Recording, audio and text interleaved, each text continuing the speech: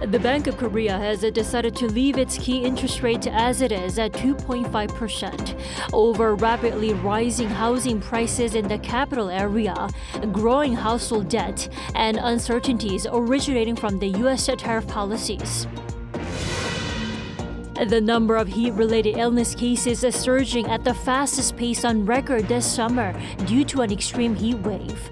Local governments, along with non-profit organizations, are making sure no vulnerable groups are left hopeless in the blistering heat. A special counsel has summoned former President Yoon to appear for questioning at 2 p.m. Friday over his martial law order, and what will be the first questioning following his arrest early Thursday. The Bank of Korea decided to leave its key interest rate unchanged at 2.5%, prioritizing efforts to tame soaring housing prices in the capital region and to better control household debt following the government's announcement of its real estate policy. Our Moon Ji-young starts us off. As widely expected, South Korea's central bank has held its benchmark interest rate steady at 2.5%. The Bank of Korea announced the decision on Thursday following the fifth Monetary Policy Committee meeting of the year, taking a break from a rate-cutting cycle after a cut of 25 basis points in May. The domestic economy is expected to experience continued low growth for some time, while inflation remains on a stable trajectory, and there is considerable uncertainty related to trade negotiations. However, given the significant rise in capital area housing prices and household debt, coupled with the need to assess recent debt measures, it was deemed appropriate to maintain the current policy rate. He also highlighted that it is necessary to cool expectations for a rate cut to prevent a rapid increase in housing prices in the Greater Seoul area and to better manage household debt.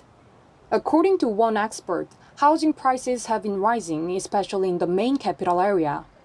The rising inflation in apartment price, especially in the Seoul Gangnam area, which has been showing more than 10% year-over-year rate of increase, and that is, I think, almost the highest in almost 20 years, except for 2017, 2018. In response, the government last month implemented stricter mortgage regulations, capping mortgage loans for home purchases in the capital region and suspending home-backed loans for multi-homeowners. Notably, the rate freeze decision was unanimous. However, 4 out of 6 board members voiced the need for further rate cuts in the next 3 months, factoring in tariff negotiations. Regarding the future rate outlook, an expert said, "Though not yet disbursed, supplementary budget funds are expected to make an impact in August. This increases the likelihood of a rate cut at the August meeting." Conversely, the other 2 members advocated for maintaining the rate, citing the record-high 2 percentage point key rate gap that currently exists between South Korea and the U.S. The central bank predicts consumption to gradually recover, driven by the implementation of the supplementary budget, as well as improving economic sentiment thanks to eased political uncertainty. Governor Lee said he will take into consideration the effects of the extra budget once fully implemented in August. Meanwhile, U.S. tariff impositions pose great uncertainty on export prospects. The central bank emphasized that the outcomes of trade talks, especially regarding reciprocal tariffs on South Korea and specific items like semiconductors, will critically shape the country's export and growth path. The Bank of Korea said it'll maintain its accommodative monetary policy stance, closely monitoring domestic and external conditions before deciding on the timing of further rate cuts. Moon Ji-young, Arirang News. The annual series of ASEAN-related meetings takes place this week over in Malaysia. Now, the sideline meetings often capture the most attention, and it seems a possible trilateral between Seoul, Washington, and Tokyo is in the works. Our foreign affairs correspondent Oh Soo-young has the latest. South Korea, the United States and Japan are aiming to hold a high-level meeting in Kuala Lumpur on the sidelines of a regional forum as tariff-related tensions run high between Washington and its partners. According to diplomatic sources on Thursday, the three sides are trying to coordinate an in-person meeting during the annual ASEAN Regional Forum. If confirmed, it will mark the first such meeting under South Korea's Lee Jae-myung administration and upon the first official trip to Asia made by US Secretary of State Marco Rubio. Rubio last week cancelled his initial plan to stop bys hold in Tokyo after the forum. If the three-way meeting is held, South Korea will be represented by First Vice Foreign Minister Park Yun-ju, who will meet with Rubio and Japan's Foreign Minister Takeshi Uaya. Park is leading the delegation to Malaysia as Foreign Minister nominee Cho Hyun has not yet been approved by Parliament. South Korea, the US and Japan are dialogue partners to the bloc of 10 Southeast Asian nations. While ASEAN's annual meetings feature economic and security talks concerning the region, the discussions this year are expected to be dominated by trade tensions. Earlier this week, Washington notified 14 countries it will roll out tariffs from August 1st, should they fail to reach a deal. Duties on South Korea, Japan and Malaysia would be 25%, while tariffs on other Indo-Pacific countries range from 32 to 40%. As such, America's so-called trade rebalancing measures are also expected to top the agenda in the three-way meeting between the US and its allies. The meeting may also address North Korea's growing weapons program. While President Lee Jae-myung has shown a dovish stance on North Korea so far, the three ministers are expected to coordinate messaging on deterrence and denuclearization, particularly as Russia's Foreign Minister Sergei Lavrov is due in Pyongyang for a strategic dialogue after the regional forum. ASEAN's annual meeting of foreign ministers is the only multilateral forum North Korea has attended in the region. However, Pyongyang is believed to have decided to skip this year's meeting for the first time in its history of attending the forum since the year 2000, given its severed diplomatic ties with the host country Malaysia. Oh Soo-young, Arirang News.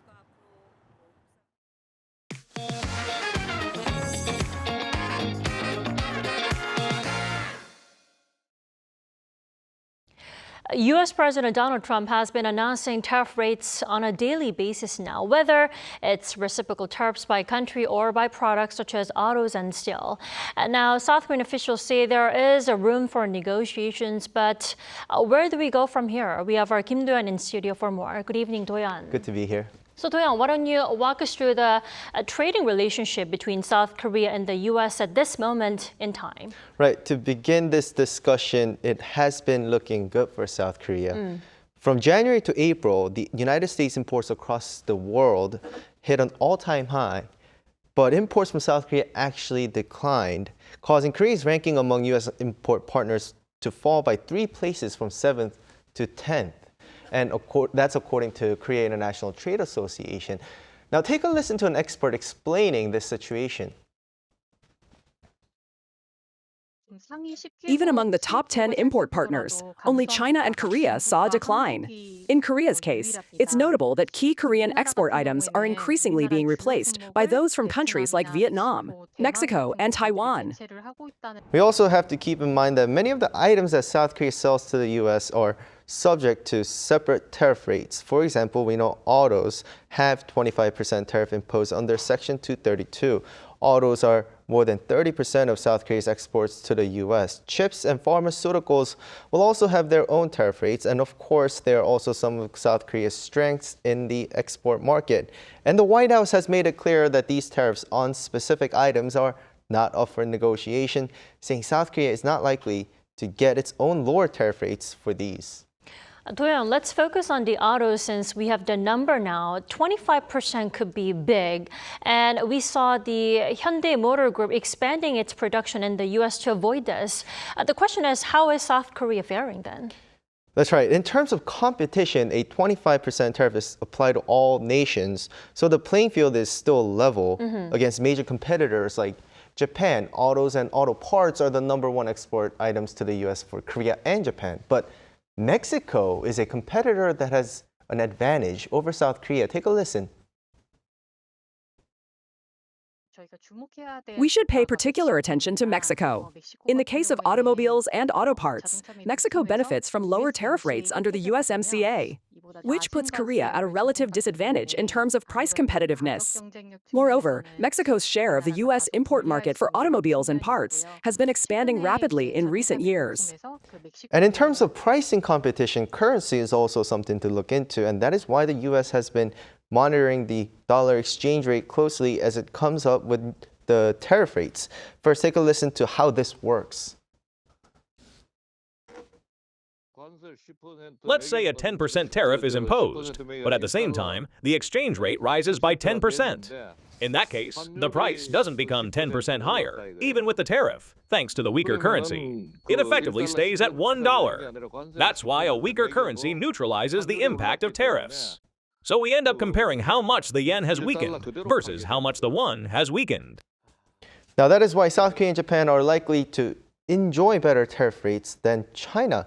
While the won and yen are decided according to market trends, the Chinese yuan is not really decided in that way, and that's why the U.S. is monitoring the situation closely. Right. Doyeon, let's go back to that 25%. Of course, it's open to negotiations, but if chips, autos and pharmaceuticals are getting their own tariff rates, what should South Korea be concerned about?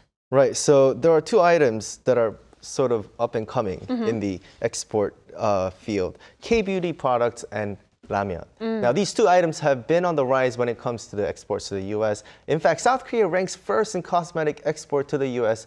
And as we all know, Buldak noodles has been some sort of a phenomenon in the U.S. Now, let's focus on the beauty products first. Many of the items popular in the U.S. are indie brands that are sold on Amazon. Of course, these are subject to the reciprocal tariffs right now at 25%. There are some that produce locally in the U.S., such as the biggest Korean OEM, ODM cosmetic companies, but that's a small portion. Also, big cosmetic brands are looking for ways to start local production. In particular, major Korean cosmetics companies like Amor Pacific and LG don't have local manufacturing facilities in the U.S. right now, so they're considering options like acquiring existing plants through M&A, since building new factories on site isn't feasible in the immediate term. On top of this, consumers are smart. There have been trends of people hoarding Korean sunblock before the tariff hit to survive the summer in the U.S. Now, as for the ramen industry, the two biggest players are facing different fates. Nongsim, the maker of Shinramen, localized production in the U.S. for all its supplies. Samyang, the maker of Buldak, exports from all are exported from South Korea. So the tariff rate at the end is likely to directly hit the company. Indeed. Doyeon, thank you so much for coming in tonight. We appreciate it. Thank you.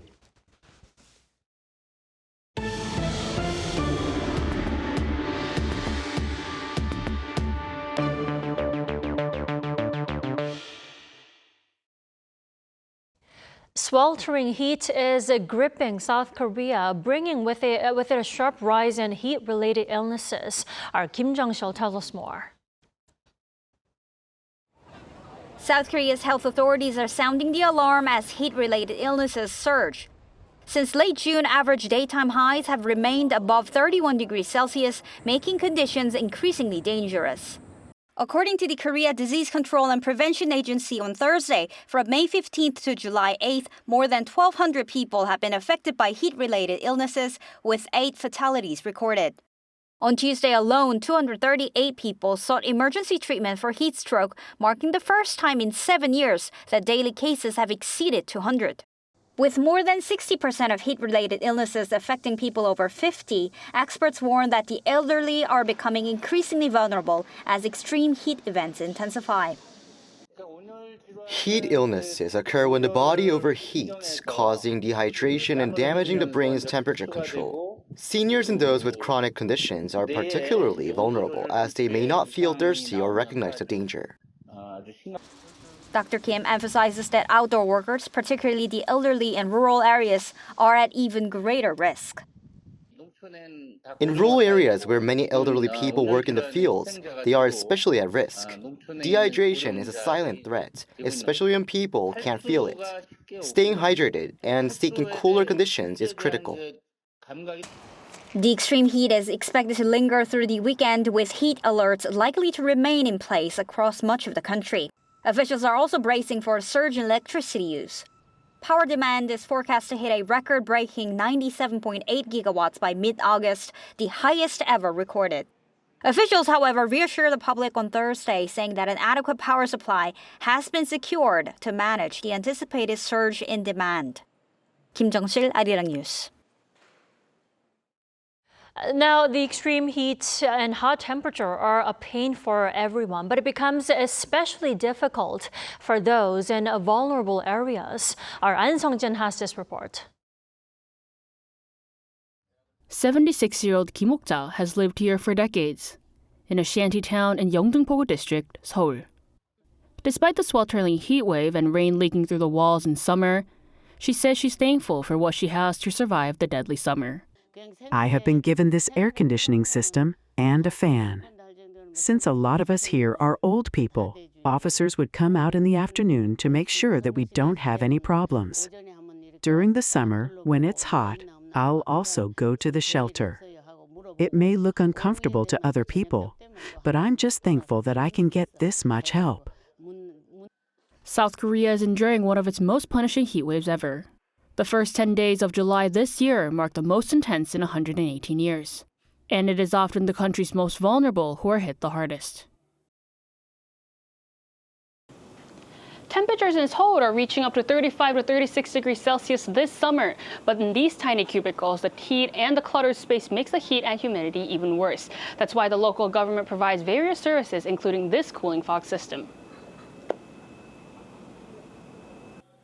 In the face of rising temperatures, pockets of hope emerge. Though not all buildings can support the cooling fog system, for the buildings that do, it helps cool those sitting outside to escape the heat. The local government has ramped this up for this year, including adding additional air conditioning indoors and building facilities like this cooling shelter and warehouse that opened just a few weeks ago. This space is made for the residents. Previously, we would just hand out provided necessities collectively, but now they can come and choose the items they need by themselves. And instead of waiting in line outside, they can rest inside here without sweating in the heat like today. Most of these houses do not have proper bathrooms or places to shower, so during the summer, this community area is a lifesaver. It's really convenient. I can't go to the market, and there's nothing to eat at home. Every time I come, they're so welcoming, and that makes me truly grateful. Honestly, my kids wouldn't do this for me these days. I'm just thankful that this space is here for us. The country runs a special summer emergency response program until the end of September, placing a special focus on protecting the vulnerable. However, as the streets still sizzle under the relentless sun, for the vulnerable residents living alone, summer becomes a question of survival. An Sung-jin, Arirang News.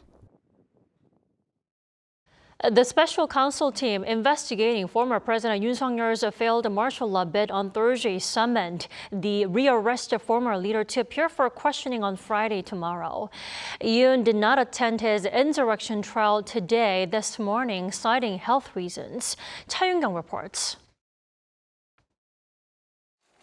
Special counsel Cho Eun-seok on Thursday sent a summons for former President Yoon Suk-yeol to attend questioning on Friday over his failed martial law bid. This would be the first time the former president is questioned following his rearrest early Thursday, making him the first former Korean president to be detained, released, and detained again. On Sunday, the counsel team formally accused Yoon of 5 major charges. That, on December 3rd last year, Yoon held a partial cabinet meeting to simulate approval for martial law. That he wrote a false martial law statement and later destroyed it. That he spread false information to foreign media. That he ordered the deletion of secure phone records. And that he used the Presidential Security Service to stop the police from arresting him. After a 6-hour 40-minute hearing and a review that lasted 5 hours on Wednesday, Seoul Central District Court issued the warrant at around 2 a.m. Thursday on fears that Yoon could destroy evidence. However, as Yoon did not attend his insurrection trial Thursday morning due to health issues, there are question marks over whether former President Yoon will show up. If Yoon refuses to attend the questioning again, the special counsel team could take Yoon into custody after meeting him at the detention center or try to question him there. The special counsel is scheduled to indict him on these charges within 20 days, while also investigating other allegations. 차윤경, Arirang News. Now on to the 2025 edition of Galaxy Unpacked. The Z Fold 7 is slimmer and lighter, while the Z Flip 7 has a flex window that allows users to do everything without flipping open the phone. Lee-seung-ja has more. The summer edition of Galaxy Unpacked 2025 was held in New York City on Wednesday, with expectations high over Samsung Electronics' latest releases. There, Samsung Electronics unveiled the latest generation of its Galaxy Z series smartphones, showcasing the company's slimmest and lightest foldable smartphones to date with their Galaxy Z Fold 7 and Galaxy Z Flip 7. Along with its new physical features, the company says the new smartphone comes with an upgraded camera and artificial intelligence capabilities. Galaxy Z Fold 7 and Z Flip 7 represent the pinnacle of our innovation. This is more than just a new flip or fold. Galaxy AI has become your very own human-like AI companion, elevating the way you connect, create, and live every single day. Samsung says the Galaxy Z Fold 7 is the thinnest and lightest model in the latest Z series. The phone measures just 8.9 millimeters when folded and 4.2 millimeters when unfolded. It weighs just 215 grams, making it even lighter than the Galaxy S25 Ultra, launched in January. Despite a reduction in size and weight, the Galaxy Z Fold 7 features a 6.5-inch external display and an 8-inch main display, with the inner display 11% larger than the previous model. It's also equipped with a 20-megapixel wide-angle camera, with Samsung improving its AI capabilities by enhancing cooperation with external partners like Google. Meanwhile, the clamshell-style Galaxy Z Flip 7 upgraded its display with slightly larger screens than its previous model and a slimmer and lighter build. And for those at the event, it was a chance to see how Samsung Electronics continues to improve in the competitive mobile phone industry. I was very excited to come here today and see the unpack of the new Galaxy Flip 7. I'm very surprised by how elegant it looks. It's very lightweight, it's it's pocketability, and I'm most impressed about AI assistant. It is going to be very helpful in my everyday life. Samsung also unveiled its latest Galaxy Watch 8. According to Samsung Electronics, the new Galaxy Fold and Flip models will officially launch worldwide on July 25th. Lee-seung-ja, Arirang News.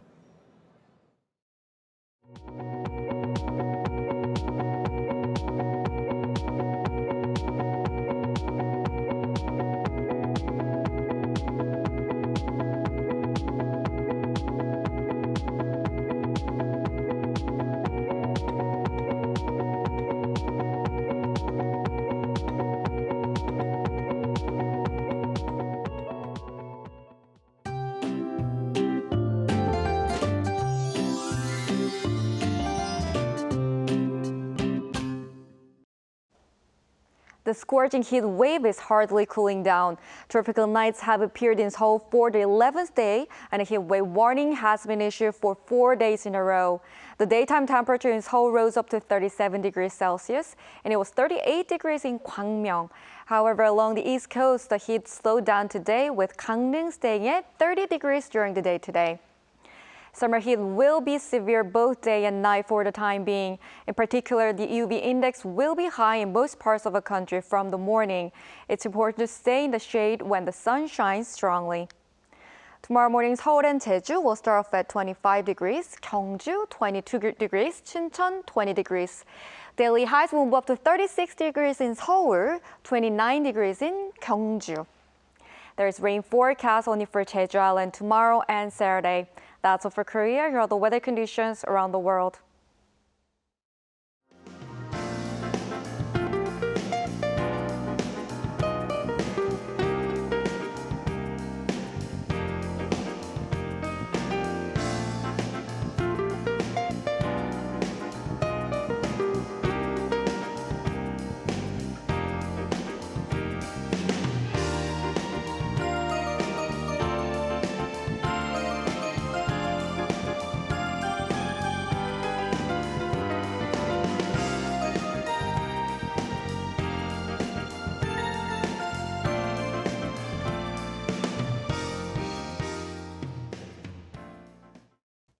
That is all we have for tonight. I'm Kim Dami. For all of us here at Arirang, thanks for watching and good night.